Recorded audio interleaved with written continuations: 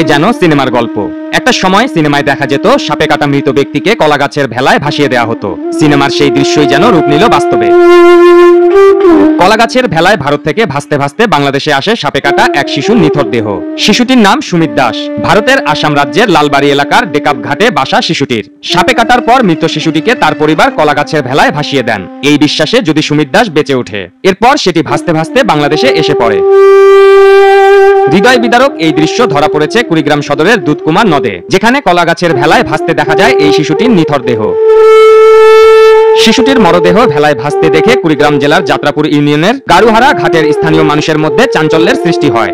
শিশুটিকে দেখতে দুধকুমার নদের পারে ভিড় জমান লোকজন। কলা গাছের কয়েকটি গুড়ি ও চাটাই দিয়ে তৈরি ভেলার উপর 6 বছরের সুমিতের মরদেহ সাদা চাদর, গোলাপি রঙের মশারি ও পলিথিনে ঢাকা ছিল, শুধু মুখ খোলা ছিল। ভেলার সঙ্গে একটি চিরকুটে সুমিতের ছবি, নাম, ঠিকানা এবং একটি ভারতীয় মুঠোফোন নম্বর লেখা ছিল।